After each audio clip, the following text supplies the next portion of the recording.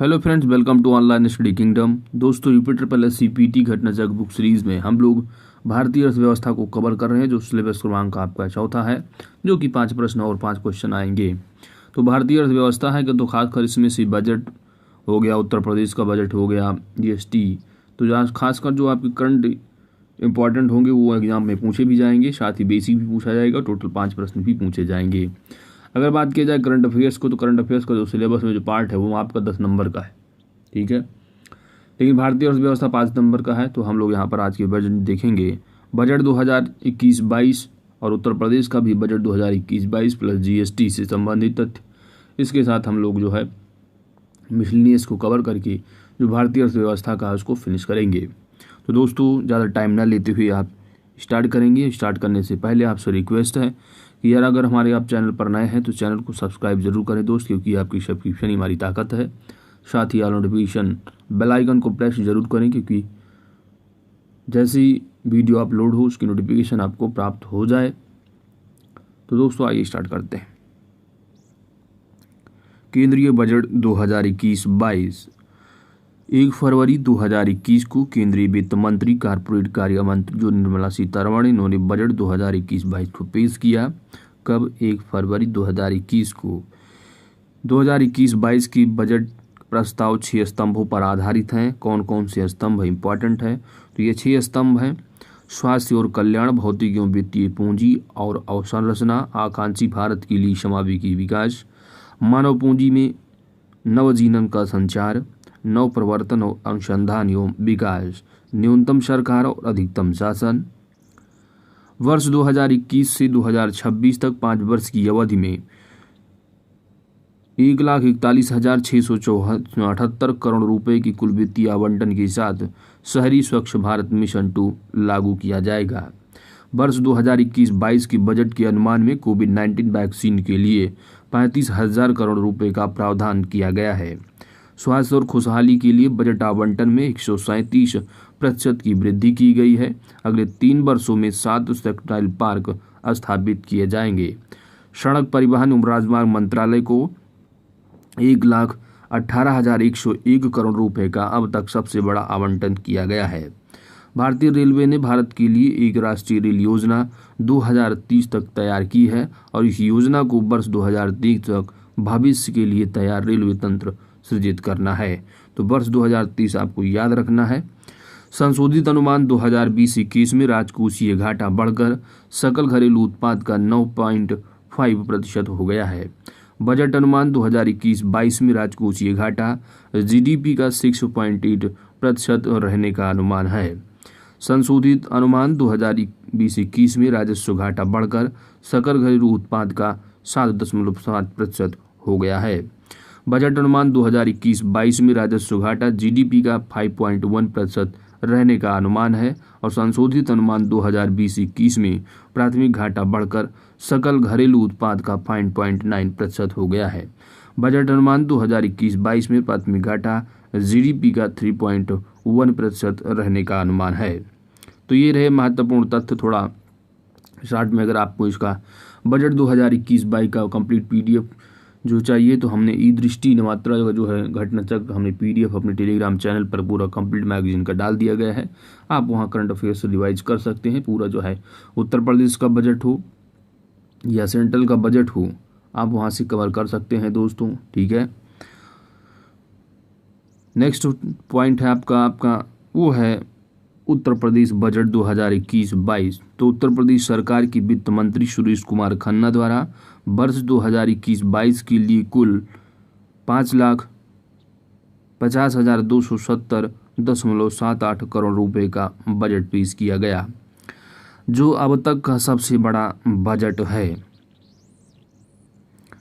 Uttar Pradesh budget में 27,598.40 करोड़ रुपए की नई योजनाएं सम्मिलित की गई हैं।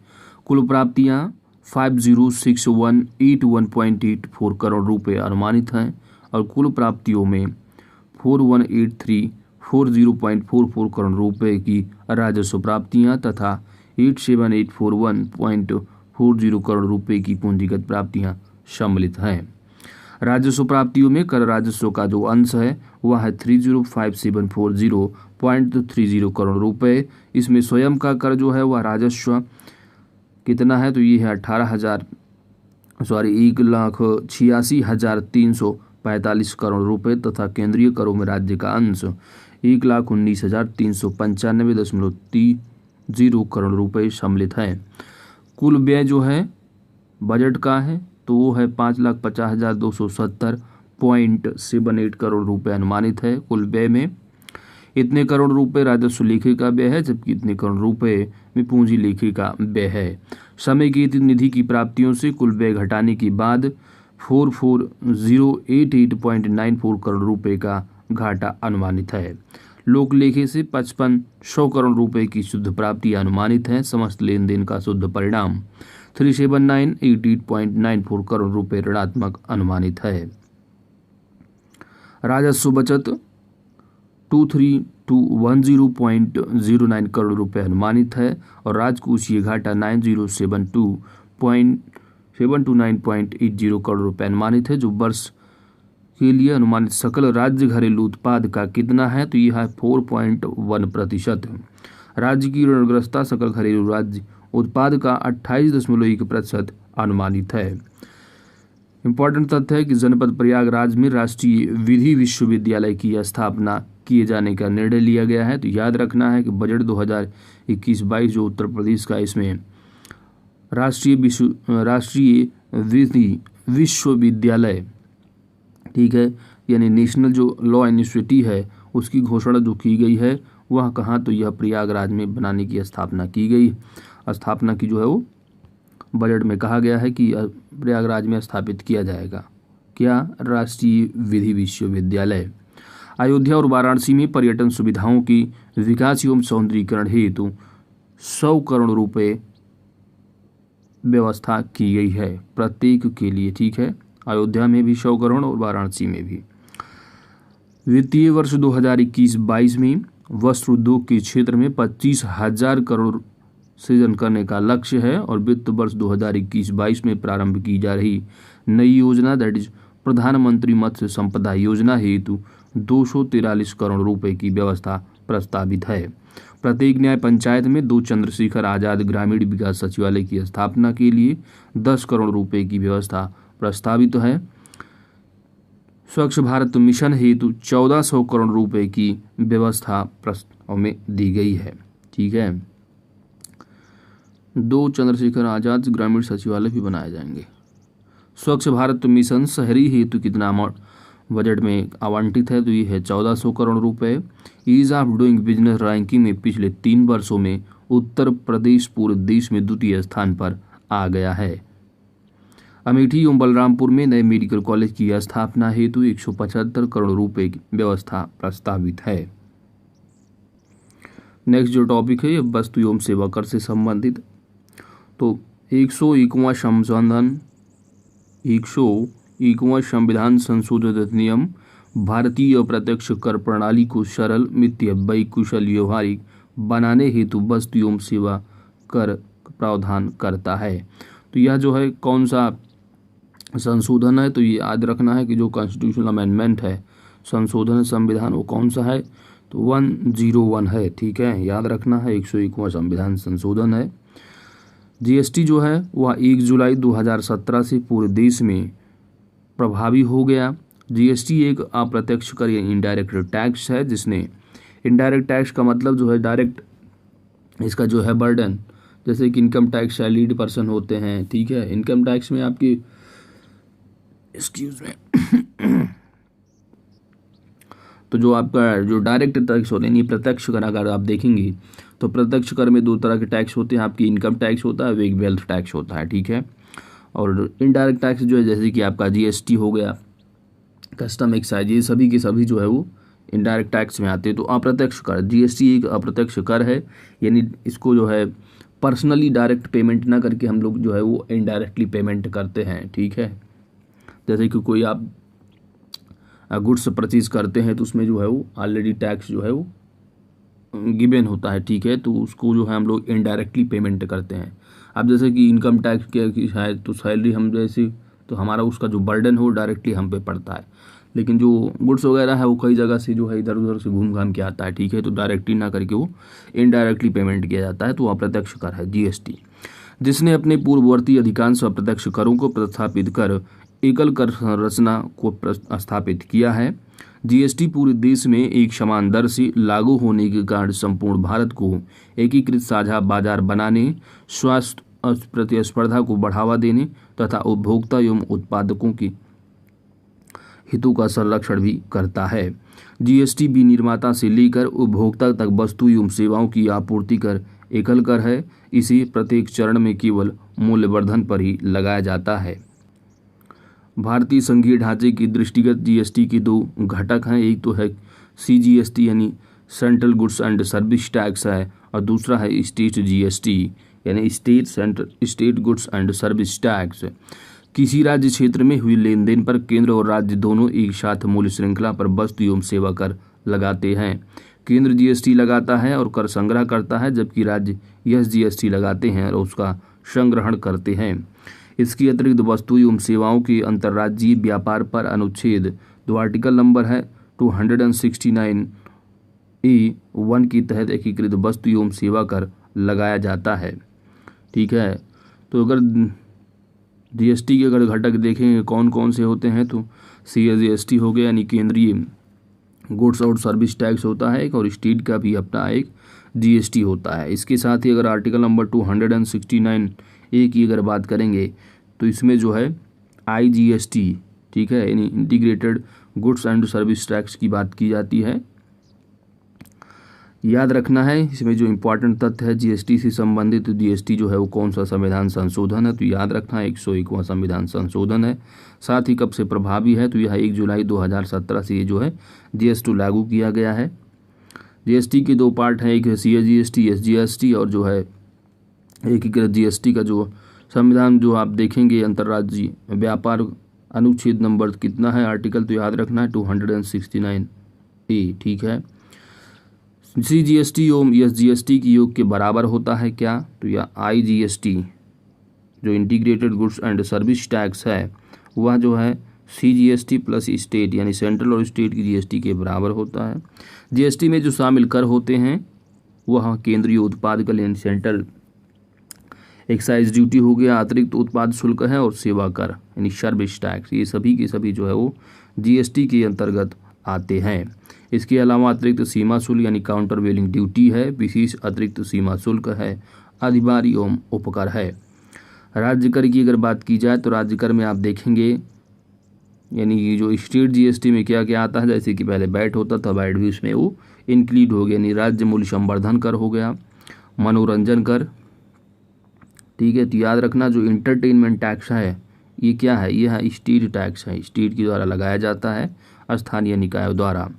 केंद्रीय बिक्री कर जो कि केंद्र द्वारा आरोपित एवं राज्यों द्वारा संग्रहित किया जाता है, ठीक है। जो केंद्रीय कर होते हैं क्या होते हैं कि वह जो है स्टेट के द्वारा उसका जो है वो मतलब कि संग्रहण का मतलब क्या है कि उसको कलेक्ट किया जाता है, ठीक है। लेकिन जो पेमेंट है वह पेमेंट जो है स्टेट गवर्नमेंट के द्वारा सेंट्रल गवर्नमेंट को कर दिया जाता है, लेकिन जो इकट्ठा करने का ड्यूटी होती है टैक्स वो स्टेट के द्वारा होती है। तो केंद्र द्वारा आरोपित एवं राज्यों द्वारा संग्रहित चुंगी और प्रवेश कर है स्टेट के द्वारा, क्रय कर को भी स्टेट के द्वारा और विलासिता कर को भी स्टेट के द्वारा लगाया जाता है। लाठी सट्टा एवं जुए पर भी कर जो है वह राज्य कर हैं, ठीक है। तो इम्पॉर्टेंट तथ्य हैं, इसमें से आपको एग्जाम्पल दे दिया है, इसमें से पहचानिए कौन सा स्टेट कर है, तो याद रखना है आपको। आगे चलते हैं क्षतिपूर्ति। तो 121 संविधान संशोधन की धारा 18 में जीएसटी के लागू होने के कारण राज्यों को हुए राजस्व नुकसान की भरपाई की संदर्भ में प्रावधान किया गया है। इस प्रावधान के अनुसार जीएसटी की वजह से हुए राजस्व नुकसान की क्षतिपूर्ति राज्यों को केंद्र द्वारा 5 वर्ष तक जो है वो क्षतिपूर्ति की जाएगी। तो क्षतिपूर्ति हो जो आधार वर्ष है वो कौन सा है रखा गया है, तो 2015-16 है। याद रखना है 1 जुलाई 2017 से लागू किया गया। कहा गया अगर कोई नुकसान होता है स्टेट को तो केंद्र सरकार जो है 5 वर्ष तक इसकी भरपाई की जाएगी, यानी 17 से जोड़ेंगे तो 2022 तक आएगा। जीएसटी काउंसिल यानी जीएसटी परिषद, तो 121 संविधान संशोधन अधिनियम के तहत तो संविधान में आर्टिकल 279 जोड़कर वस्तु एवं सेवा कर परिषद के गठन का प्रावधान किया गया। इस अनुच्छेद के तहत राष्ट्रपति अधिनियम के लागू होने की तिथि से 60 दिनों के भीतर आदेश द्वारा वस्तु एवं सेवा कर परिषद का गठन करेंगे। इसी के पालन में 12 सितंबर 2016 को जीएसटी परिषद के गठन को अधिसूचित कर दिया गया और इसका सचिवालय नई दिल्ली में है। जीएसटी परिषद की जीएसटी पर निर्णय लेने का जो है वो सर्वाधिक अधिकार प्राप्त होता है। आई थिंक यहाँ पर जो दिया नहीं है, तो जीएसटी याद रखना है कि जो जीएसटी काउंसिल के जो चेयरमैन यानी जीएसटी परिषद के अध्यक्ष होते हैं वह केंद्रीय वित्त मंत्री होते हैं, जो कि वर्तमान में निर्मला सीतारमण हैं। उपाध्यक्ष जो है सदस्यों में से कोई एक परिषद द्वारा विनिश्चित अवधि के लिए चुना जाएगा। सदस्य में केंद्रीय राज्य मंत्री राजस्व एवं वित्त प्रभार होंगी और राज्यों के वित्त एवं कर मंत्री या जिन्हें राज्य नामित करे वह भी सदस्य होंगे। वस्तु एवं सेवा कर की जो दरें हैं, तो वस्तु एवं सेवा कर परिषद द्वारा वस्तु एवं सेवाओं को 5 भागों में बांटकर अति अनिवार्य आवश्यक वस्तुओं की सेवाओं पर जो है वो कर की छूट दी गई है। शेष वस्तु एवं सेवा वर्गों हेतु 5। तो जीएसटी के 5 तरह के टैक्स हैं। एक तो 5% है, दूसरा 12%, 18% और 28% तक जो है लगाने का प्रावधान किया गया है। देखेंगे कि मिनिमम 5% है और मैक्सिमम कितना 28% तक। जीएसटी के अंतर्गत 40 लाख रुपए यानी पहले 20 लाख रुपए था, उसको बढ़ाकर 40 लाख कर दिया गया। 40 लाख तक वार्षिक कारोबार करने वाले छोटे व्यापारियों को जीएसटी के दायरे से बाहर रखा गया है। यानी अगर आपको कोई बिजनेस है, नया बिजनेस है, अगर आप नए हैं तो आपके पास अगर साल भर का जो टर्नओवर होता है, अगर आपका वो 40 लाख रुपए जो कि पहले 20 लाख था उसको 40 लाख कर दिया गया है, तो 40 लाख रुपए तक अगर टर्नओवर है तो आपको जीएसटी पेमेंट करने की कोई ज़रूरत नहीं है। 40 लाख रुपए से अधिक है और एक यानी 1.5 करोड़ रुपए से कम है तो वार्षिक कारोबार करने वाले व्यापारियों उद्यमियों हेतु कंपोजिशन स्कीम का प्रावधान है। ठीक है, तो इसमें डिटेलिंग में आपको ज़्यादा नहीं जाना है क्योंकि आप कॉमर्स अकाउंटेंसी सब्जेक्ट अगर आपका जिन लोगों का होगा या जिन लोगों ने व्यापारिक जो है थोड़ा बहुत कॉमर्स पढ़े होंगे उनको पता होगा। ठीक है, तो ये सारी चीज़ें हैं, इतनी डिटेलिंग में नहीं, बस आपको याद रखना है 5 तरह के टैक्स, 5%, 12%, 18 और 28%। नेक्स्ट पॉइंट है आपका मिसलेनियस से संबंधित लास्ट टॉपिक होगा, इसके बाद हम लोग फिनिश कर लेंगे। आर्थिक समृद्धि की माप के लिए प्रति व्यक्ति आय को ही लिया जाता है। प्रति व्यक्ति आय, आर्थिक समृद्धि की माप के लिए प्रति व्यक्ति आय को ही जो है वो लिया जाता है। सर्वप्रथम दादा भाई नौरोजी ने राष्ट्रीय आय का जो नेशनल इनकम है इसका आकलन 1867-68 ईस्वी में किया था और केंद्रीय सांख्यिकी संगठन CSO भारत की राष्ट्रीय आय की गणना करता है। तो याद रखना है कि जो नेशनल इनकम की जो गणना की जाती है, आकलन किया जाता है, वह इंडिया का कौन सा इंस्टीट्यूशन है, तो वह है केंद्रीय सांख्यिकी संगठन CSO। वर्ष 2017-18 में सकल घरेलू बचत GDP का 30.5% थी, जिसमें घरेलू क्षेत्र का योगदान 17.2%, निजी निगम क्षेत्र का 11.6% और सार्वजनिक क्षेत्र का 1.7% था। कुल GBA में कृषि तथा संबद्ध क्षेत्र, उद्योग तथा सेवा क्षेत्र का योगदान क्रमशः 16.1%, 29.6%, 54.3% है। प्रोफेसर राजकृष्ण ने हिंदू वृद्धि दर का प्रयोग किया था। जनसंख्या संक्रमण की 3 चरणीय प्रमुख विशेषताएं होती हैं, कौन कौन सी हैं? तो प्रथम चरण में जन्म दर उच्च होने के साथ मृत्यु दर भी उच्च बनी रहती है। दूसरे चरण में क्या है कि जन्म दर जो है वह उच्च होने के साथ साथ जो है मृत्यु दर में भी कमी आती है। और तीसरी अवस्था में निम्न दर के साथ निम्न मृत्यु दर, निम्न जन्म दर के साथ निम्न मृत्यु दर की अवस्था आती है। भारत का जो सकल घरेलू उत्पाद है वह वर्ष 2017-18 में अनुमान 7.2%, वर्ष 2018 में अंतिम अनुमान जो रहा वह 6.8%, जबकि वर्ष 2019-20 में 5% रहा। सेवा क्षेत्र भारत की सकल घरेलू उत्पाद में सर्वाधिक अंशदान करता है, यानी जो जीडीपी में सबसे ज़्यादा जो समझिए जिस तरह से वो टैक्स का कलेक्शन किया जाता है वो ज़्यादा से ज़्यादा आप देखेंगे तो वह जो है सेवा क्षेत्र ही है, यानी सर्विस सेक्टर से। ठीक है, जैसे जैसे अर्थव्यवस्था का विकास होता है वैसे वैसे जीडीपी में तृतीय क्षेत्र का अंश बढ़ता है। तृतीय क्षेत्र यानी कि जो आपका सर्विस सेक्टर है। सकल राष्ट्रीय सुख को प्रगति का सूचक जो है वह भूटान ने चुना है। सकल राष्ट्रीय सुख को प्रगति का जो सूचक चुना है वह भूटान ने चुना है। मानव विकास प्रतिवेदनों का प्रकाशन राज्यों में सर्वप्रथम मध्य प्रदेश ने किया था। मानव विकास सूचकांक ह्यूमन डेवलपमेंट इंडेक्स का प्रतिपादन पाकिस्तानी अर्थशास्त्री महबूब उल हक द्वारा किया गया था। तो ये इंपॉर्टेंट तथ्य है, एग्जाम में यह पूछा जाता है कई बार। भारत की सकल राष्ट्रीय आय में कृषि का हिस्सा जो है वो निरंतर कम हो रहा है और भारत एक विकासशील अर्थव्यवस्था है, न कि विकसित। भारत कौन सी व्यवस्था है, अर्थव्यवस्था है, तो यह एक विकासशील है, डेवलपिंग इकोनॉमी है। बंद अर्थव्यवस्था में आयात निर्यात बंद होते हैं, यानी क्लोज्ड जो इकोनॉमी है, बंद अर्थव्यवस्था में क्या होता है, किसी भी कंट्री से आयात निर्यात नहीं होता है, ना आता है ना जाता है, दैट इज बंद अर्थव्यवस्था। आगे चलते हैं। तो दोस्तों जो अगला आपका लेक्चर होगा अभ्यास प्रश्न हम लोग करेंगे और इसी के साथ पूरा इकोनॉमी का लेक्चर हम लोगों का फिनिश हो जाएगा। जो हम अगला सिलेबस क्रमांक होगा 5वां, जो कि भारतीय संविधान एवं लोक प्रशासन होगा। तो दोस्तों अगर हमारी वीडियो आपको अच्छी लगी है तो वीडियो को लाइक ज़रूर करें और चैनल पर नए हैं तो चैनल सब्सक्राइब न करना ना भूलें। साथ ही ऑल नोटिफिकेशन बेल आइकन को प्रेस कर दें ताकि आने वाली वीडियो का अपडेट्स आप सभी को प्राप्त होता रहे। मिलते हैं नेक्स्ट वीडियो में। Thanks for watching.